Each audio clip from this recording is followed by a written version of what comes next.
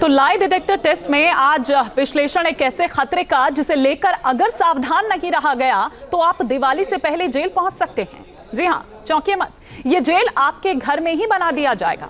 आपको किसी से बात नहीं करने दी जाएगी, फोन बंद करवा लिए जाएंगे और यहां तक कि आप किसी को मैसेज भी नहीं कर पाएंगे और आपको ये सब कुछ झेलना पड़ेगा बिना किसी गलती की वजह से। लेकिन क्यों और कैसे, दिखाते हैं आपको इस रिपोर्ट के जरिए। दिवाली से पहले आपको हथकड़ी लगाने वाली कॉल का सच। Kumar, IPS officer from Mumbai cyber crime east branch. Okay. Phone उठाया तो लूट जाओगे,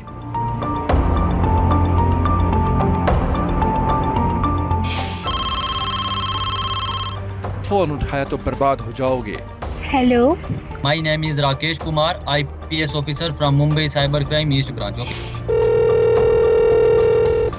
फोन उठाया तो जेल में फंस जाओगे।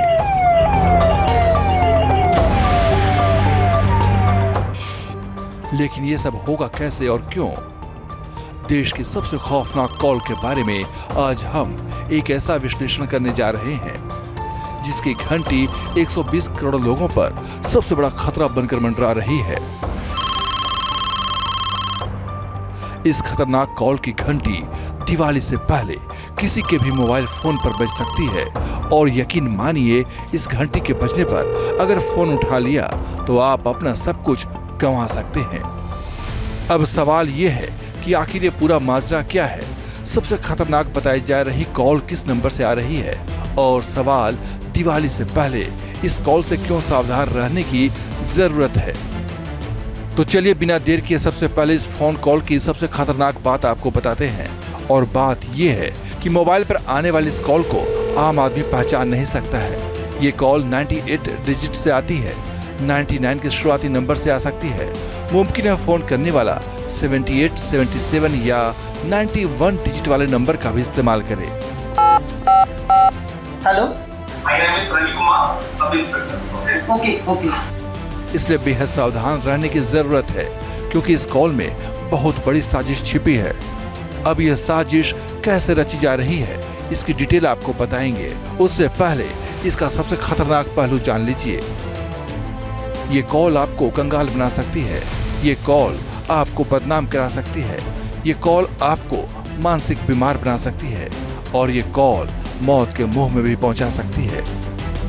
सही सुना आपने, मोबाइल के जरिए डिजिटल फ्रॉड का गोरख धंधा इस कदर आगे बढ़ चुका है कि अब इसमें डिजिटल अरेस्टिंग तक होने लगी है। पिछले कई महीनों में ऐसे मामले लगातार सामने आए हैं जिनमें अब सिर्फ पैसे का नुकसान नहीं हो रहा है बल्कि फ्रॉड के शिकार लोगों को एक तरह से बंधक भी बना लिया जाता है। कई पर तो मानसिक दबाव डालकर उनको मौत के मुहाने तक पहुंचा दिया गया। चौंकाने वाली बात यह है कि दीपावली से पहले ऐसे मामले बढ़ने की आशंका जताई जा रही है। तो आज के विश्लेषण में आपको सबसे पहले ये जानना होगा कि आखिर डिजिटल अरेस्ट होता क्या है। इसे ऐसे समझिए कि डिजिटल अरेस्ट की शुरुआत एक मैसेज या फोन कॉल के साथ होती है। डिजिटल अरेस्ट करने वाले ठग लोगों को फोन करके कहते हैं कि वे police department, CBI, ED, narcotics विभाग या इनकम टैक्स डिपार्टमेंट से बात कर रहे हैं। इसी फोन कॉल पर यह कहा जाता है कि आपके पैन और आधार का इस्तेमाल करते हुए तमाम चीजें खरीदी गई हैं या फिर मनी लॉन्ड्रिंग की गई है। कई बार ये भी दावा किया जाता है कि वे कस्टम विभाग से बोल रहे हैं और आपके नाम से कोई पार्सल आया है जिसमें ड्रग्स या प्रतिबंधित चीजें हैं। इसके बाद साइबर ठग वीडियो कॉल करते हैं और सामने बैठे रहने के लिए कहते हैं। ऐसा करने के पीछे इनका मकसद ये अपने शिकार को डिपार्टमेंट से जुड़ी वर्दी और दफ्तर का सेटअप दिखा सके ताकि यकीन दिलाया जा सके। इस दौरान ठग अपने शिकार को किसी से बात नहीं करने देते हैं, मैसेज करने और मिलने की भी इजाजत नहीं होती। पेशेवर तरीके से पूछताछ के बाद जमानत के नाम पर शिकार से पैसे मांगे जाते हैं। डरा सहमा रिसीवर गुनहगार ना होते हुए भी ठगों की सारी बात मानता चला जाता है। इस तरह लोग अपने ही घर में ऑनलाइन कैद होकर रह जाते हैं और इसे ही डिजिटल अरेस्ट कहा जाता है। दावा किया जा रहा है कि पिछले 1 महीने के भीतर इस तरह के डिजिटल अरेस्टिंग के 10 से ज्यादा मामले देखने को मिले हैं। 4 मामले तो एक हफ्ते के भीतर सामने आ चुके हैं। इसमें वाराणसी में 67 साल की एक महिला से साइबर जालसाजों ने 32,40,000 की ठगी कर ली। महिला को डराने के लिए साइबर ठगों ने उस पर कुरियर में अवैध सामग्री मंगवाने का आरोप लगाया।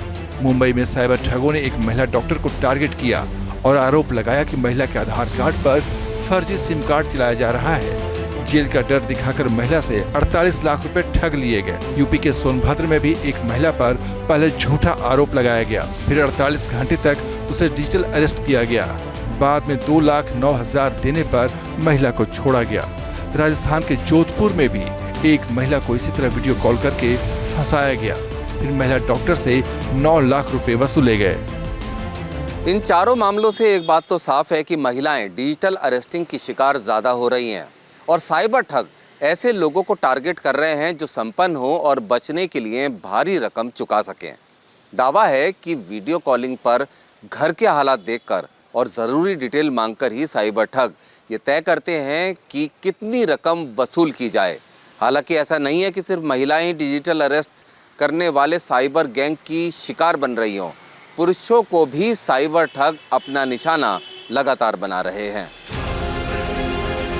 ऐसा ही एक मामला दिल्ली में सामने आया है, जिसमें साइबर एक्सपर्ट मोहित यादव को भी ठगी का शिकार बनाने की कोशिश की गई। डिजिटल अरेस्टिंग वाली ठगी की शुरुआत यहाँ भी एक फोन कॉल से होती है। हेलो, हाँ जी। My name is Ravi Kumar, sub inspector. Okay. अब चूंकि साइबर एक्सपर्ट होने की वजह से मोहित यादव इस फ्रॉड को लेकर जागरूक थे, लिहाजा वो इस पूरे मामले को रिकॉर्ड कर लेते हैं। फोन करने वाला शख्स खुद को telecom regulatory authority of India यानी ट्राई का कर्मचारी बताता है। फिर साइबर एक्सपर्ट मोहित यादव से पूछता है। इस दौरान मोहित यादव अपना नाम रवि कुमार बताते हैं। हेलो, मैं टेलीकॉम डिपार्टमेंट से बात कर रहा हूँ। हमारे सिस्टम में एक नंबर शो कर रहा है सर। नंबर का लास्ट 4 डिजिट है 9980। ये आप इस्तेमाल कर रहे हैं? नहीं, नंबर तो आप ही का दिखा रहा है, आपकी आईडी से लिया गया है। 9980 है लास्ट में। नहीं ऐसा तो नहीं है सर। एक्चुअली ये नंबर निकाला गया है मुंबई में और इस नंबर का न जाने कौन इस्तेमाल कर रहा है इलीगल एडवर्टीजमेंट और हैरेसिंग मैसेजेस भेजने के लिए। तो हमें मुंबई साइबर क्राइम से नोटिफिकेशन मिला है कि इस ओनर के जितने भी नंबर सारे ब्लॉक कर दिए जाएं विदिन 2 आवर्स, क्योंकि उस नंबर के खिलाफ अभी तक 17 कंप्लेंट्स और एक FIR दर्ज हो चुका है। तो इसीलिए आपको कॉल किया था हमारी तरफ से कि आपका नंबर बंद हो जाएगा। ऑडियो में साफ कहा गया है कि किस तरह से रवि कुमार यानी मोहित यादव के आधार और मोबाइल नंबर का गलत इस्तेमाल हुआ है। ये नंबर 20 करोड़ के मनी लॉन्ड्रिंग में यूज किया गया है। मुंबई की लोकमान्य तिलक थाने में इसकी FIR दर्ज है। इस आईडी पर 17 शिकायतें दर्ज हैं, जिसके कारण नंबर आज बंद हो जाएगा। मोहित यादव इस बारे में जानकारी हासिल करने के लिए इंटरनेट से मुंबई से लोकमान्य तिलक थाने का नंबर निकालते हैं, जिस पर फोन करने के बाद यही बातें बताई जाती हैं जो ऑडियो कॉल पर कही गई थी। चौंकाने वाली बात ये कि इस बार मोहित यादव को ये कहा जाता है कि इन नंबर पर कोई तकनीकी दिक्कत है, लिहाजा उन्हें SI रवि कुमार के नाम से एक नंबर दिया जाता है और कहा जाता है कि आगे से इसी नंबर पर बात करें। इसी फोन से मोहित यादव को सुप्रीम कोर्ट की फर्जी वेबसाइट का लिंक दिया जाता है। कई और फर्जी दस्तावेज भी मुहैया करवाए जाते हैं, जिससे ये साबित किया जा सके कि मोहित यादव का नंबर और आईडी वाकई आपराधिक गतिविधियों में शामिल है। इन्हीं दस्तावेजों में रवि कुमार यानी मोहित यादव के नाम का फर्जी वारंट भी होता है। थोड़ी ही देर में इस नंबर पर कथित थाने से SI रवि कुमार का फोन आता है, जिसमें मोहित कुमार यानी रवि कुमार से उनके बैंक और आधार कार्ड की डिटेल मांगी जाती है। मोहित यादव एक फर्जी आधार कार्ड बनाकर फोन करने वाले शख्स को भेजते हैं। बैंक से जुड़ी जानकारी भी दी जाती है। जब साइबर ठगों को यकीन हो जाता है कि सामने मौजूद शख्स रवि कुमार ही है, तो फिर रवि कुमार बने मोहित यादव को वीडियो कॉल की जाती है, जिसमें पुलिस थाने जैसा सेटअप लगा दिखता है। सामने सीट पर पुलिस की वर्दी में एक शख्स दिखाई देता है। यही डिजिटल अरेस्टिंग गैंग का सदस्य है जो पहली बार कैमरे पर दिखाई दे रहा है। मोहित जब इससे बात करते हैं तो ये धमकी भरे लहजे में डराने की कोशिश करते हैं। What is your job? Sir, I teach people. I am a teacher actually. Which type of teaching? I teach IT, Java. Java. Yeah, Java course. Okay. Just listen. Yes. Make sure you pay attention to all my questions before we start the recording. Okay? Yes. Here I am the officer who in charge of your case. Okay, okay, My name is Ravi Kumar, Sub Inspector. Okay. okay, okay, During the recording process, if you get any message or call, did not be without my permission. okay, okay, Your location, that time you are not in Mumbai. Okay. okay, okay. No, no, no, no. And turn off all your electronic device around you, like a laptop, TV, or second mobile. Okay, okay, If call was suddenly disconnected, did not do anything, just sit down, sit down properly, don't move around. I will call you automatically from my landline. okay, okay, okay. खास बात ये कि तमाम जानकारी हासिल करने के बाद साइबर ठग गिरफ्तारी का डर दिखाता है। ईडी से लेकर पुलिस की छापेमारी तक की धमकी देता है, फिर 85,000 रुपए में मामला खत्म करने की बात करता है। इस दौरान जब मोहित यादव इसका वीडियो बनाने लगते हैं तो इस ठग को शक हो जाता है और वो गाली देते हुए फोन काट देता है। अभी स्टार्ट ऐसे हुआ कि उन्होंने मुझे पहले बोला कि आपका कार्ड गलत जगह से यूज़ हुआ है, तो मैंने उनको बोला कि मैंने ऐसा कुछ भी नहीं किया है। उन्होंने बोला कि मुंबई के थाने में आपका एक रिपोर्ट लिखा हुआ है इसी आईडी के तौर पे। बेसिकली उन्होंने मुझसे मेरा आधार नंबर मांगा और आधार नंबर जैसे ही मैंने शेयर किया तो उन्होंने बताया कि इस आधार नंबर पे, उस मोबाइल नंबर पे एक केस रजिस्टर्ड है मुंबई थाने के अंदर, वो है लोकमान्य तिलक पुलिस स्टेशन के अंदर। और इनफैक्ट सिर्फ यही नहीं, उन्होंने मुझे बताया कि आपके जो नाम है, आपका जो आधार कार्ड है, बहुत सारे मनी लॉन्ड्रिंग केसेस के अंदर और क्रिप्टो करेंसी फ्रॉड्स के अंदर पाए जा रहे हैं। ये होने के बाद ऑटोमेटिकली उन्होंने मुझे धमकाना स्टार्ट किया और कॉन्टिन्यूसली तकरीबन 2.5 घंटे तक ये चला। ये प्रोसेस पूरा 2.5 घंटे तक मुझे लाइव ऑनलाइन कैमरे पर रखा गया और मुझसे फोकस किया गया कि किस तरह से मैं ज़्यादा से ज़्यादा उनको डिटेल बता पाऊँ। और वो काफ़ी चीख रहे थे, चिल्ला रहे थे मेरे ऊपर कि प्रेशर बना रहे थे, पैनिक सिचुएशन में लाने की कोशिश कर रहे थे कि मैं उनको पैसा ट्रांसफ़र कर दूँ। मोहित यादव साइबर एक्सपर्ट हैं, इसलिए डिजिटल ठगों के झांसे में आने से बच गए, मगर इनके तार इस कदर फैले हैं कि आम आदमी का इससे बचना बेहद मुश्किल हो जाता है। एक रिपोर्ट के मुताबिक अप्रैल 2021 से दिसंबर 2023 तक 10,139 करोड़ रुपए के साइबर फ्रॉड किए गए। इंडियन साइबर क्राइम कोऑर्डिनेशन की रिपोर्ट कहती है कि जनवरी 2024 से अप्रैल 2024 तक साइबर फ्रॉड की 7,40,000 शिकायतें सामने आई। सोशल सर्किल सर्वे में खुलासा हुआ कि पिछले 3 साल में देश की 43% आबादी कहीं न कहीं साइबर ठगी का शिकार हुई है। आरबीआई यानी रिजर्व बैंक ऑफ इंडिया लगातार इन साइबर फ्रॉड से लोगों को आगाह कर रहा है। बावजूद इसके साइबर ठगी के मामले कम होने की बजाय बढ़ते ही जा रहे हैं। जानकारों के मुताबिक इसकी 2 वजह है। पहली वजह यह है कि हर आदमी को ये लगता है कि उसके साथ साइबर फ्रॉड नहीं हो सकता, यानी ओवर कॉन्फिडेंस। और दूसरी वजह यह है कि साइबर ठग बहुत ही पेशेवर तरीके से ठगी को अंजाम दे रहे हैं। दावा है कि इसके लिए साइबर ठगी करने वाले लोग नाइजीरिया, ताइवान और चीन जैसे देशों में ट्रेनिंग तक ले रहे हैं। इसके लिए बाकायदा कोर्स करवाया जा रहा है।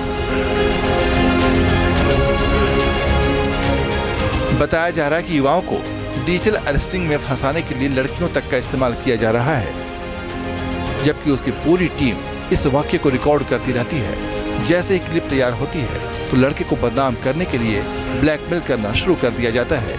जान छोड़ने के बदले अच्छी खासी रकम वसूली जाती है। अगर आप भी ऐसे फ्रॉड या डिजिटल अरेस्टिंग से बचना चाहते हैं तो अलर्ट रहें और कुछ नियमों का सख्ती से पालन करें। मसलन किसी भी अनजान नंबर से आने वाली वीडियो कॉल को ना उठाएं, किसी भी लिंक को हड़बड़ी में ना खोलें, पहले उसके वैध होने की पुष्टि कर लें। अचानक किसी केस में फंसने का कॉल आता है तो उस पर भरोसा न करें। हर किसी को अपनी बैंक डिटेल ना दें। कोई अगर बार बार कॉल करे तो उसका नंबर ब्लॉक कर दें। फोन पर धमकी दी जाती है या रकम मांगी जाती है तो स्थानीय पुलिस से संपर्क करें।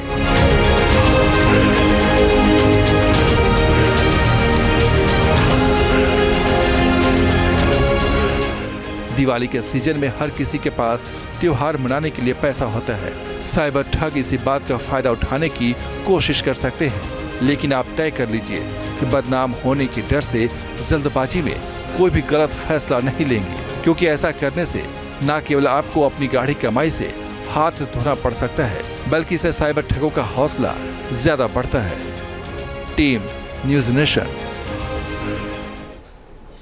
न्यूज़ नेशन अब व्हाट्सएप पर खबरों की ताजा अपडेट के लिए न्यूज नेशन के इस क्यूआर कोड को स्कैन करें